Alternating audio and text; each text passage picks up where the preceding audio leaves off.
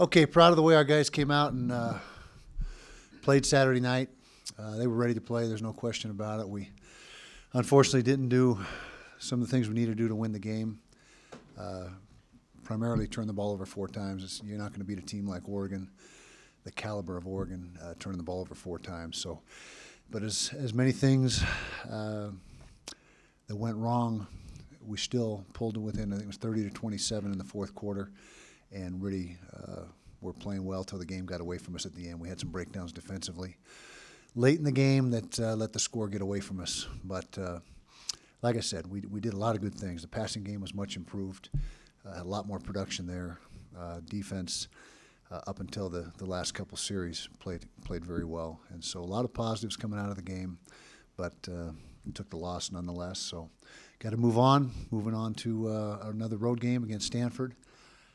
First trip to Palo Alto for a while. I think it was somewhere in the 90s, mid-90s that we went there last. And so we're got them up next, and we're starting preparations for the Stanford game. Questions? Coach, you've had to use a lot of quarterbacks in the recent years. Can you just talk about what Cox and Manning each bring to that position, and just if they're called on to play, do you think they'll be ready to handle the position? Okay, well, they're two fairly different type of quarterbacks. Brandon is a dual threat, much like Kendall.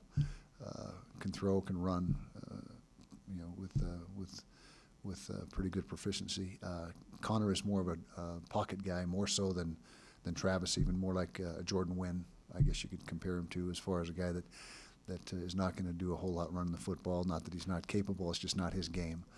And so, to answer your question, yeah, they've got to be ready, and we got to decide early this week which one we're going to sink the majority of the reps into.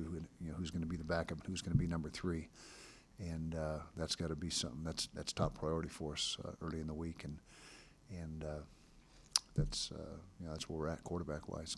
Travis will obviously be the starter. Ken Scott's averaging less than 10 yards receiving per game. With 2 guys down now, how much more do you need out of him?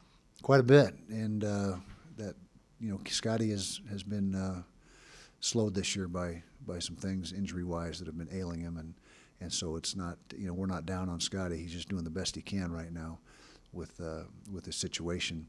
But between him, Kalen, Wesley Tonga is also a guy that needs to become more involved in what we're doing with the offense, because he's a guy that has a good skill set as a receiver. Stylistically, Stanford and Oregon, 2 very different types of teams. Mm-hmm. More of a grinded-out team in Stanford, should be a physical battle. Does that change the way you guys approach things at all? Well, yeah, it does. I mean, you scheme for the opponent, and offensively they're more of a downhill power run game, although they're not as much as they have been in years past. That's changed this year. They're going more 11 personnel, 1 back, 1 tight, 3 wides than they have in recent years, and less of the smash mouth game. I think when they lost Tyler Gaffney, I think that's the right Tyler Gaffney, the running back they had last few years, who was really physical.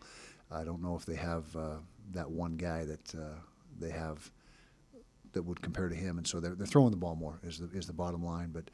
But and then they huddle. They're not, the tempo is another thing that's in consideration, and we went from one of the fastest teams in the country to a team that is more old school, huddle up every snap, and so that plays into your strategy as well. And then offensively, it's a different animal. What they're facing on defense, scheme-wise, as well as personnel. So it does all figure in, to answer your question. Ty Montgomery, sort of, your guys' version of Kalen, where he's a dangerous returner, but Mm-hmm. also a dangerous wideout. What's kind of goes into covering him? Well, first of all, he's a lot different than Kalen as far as his physical stature. He's a big kid. He's 6'2", 220, and so he's got great size that presents problems for you.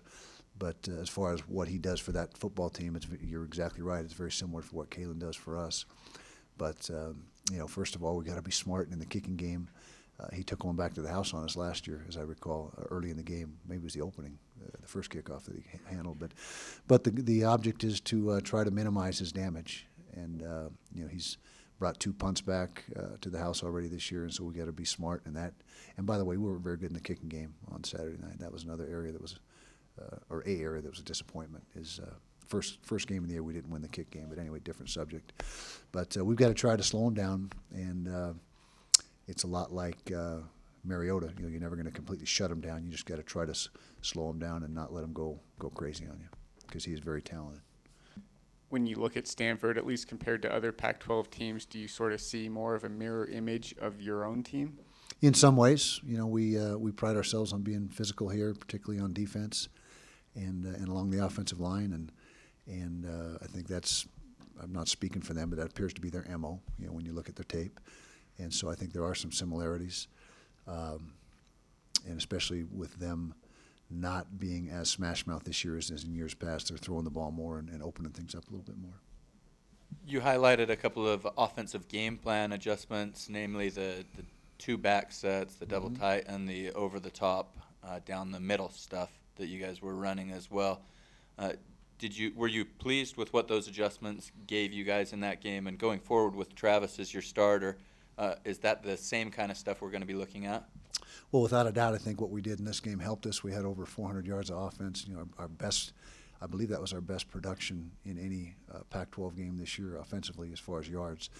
And so, yeah, it opened things up, and the two back stuff, and you know, when you're missing guys that we're missing, you got to make some adjustments in that respect. And the two back was one of those things that we thought would help us, and it did. We got some mileage out of that. And going forward, you know, like I said, each opponent is a different challenge and presents different things schematically for you to face, and so we'll do whatever we think is best, obviously, for that. But we think that you know, we've got to get Bubba Poole a little more involved, Wesley Tonga more involved, and stick with some of those things that you saw Saturday. Kyle, can you just talk about Devonte topping the 1,000-yard mark? That was kind of a nice milestone, I guess, being just the 12th guy to do it, and put that in context a little bit. I knew he was getting close. I guess he is. I didn't look at the stats. He's over now. Where's he at? He only needed 10 to get there. Oh, okay. So he's about 10:50. I think he got 60 or 70 in the game. So, anyway, that's been a huge, as I said, the last few weeks. That's been a huge part of our success and huge reason that we're able to have won 6 ball games is because of him and what he's done in the run game. And I say because of him, the run game. He's had a lot of good play up front with the offensive line, but he is really, you know, one of the, without a doubt, I think one of the best backs in the conference, and up there in the top 2 or 3 in rushing. And we're elated that he's run the ball for us. We think he's an excellent back.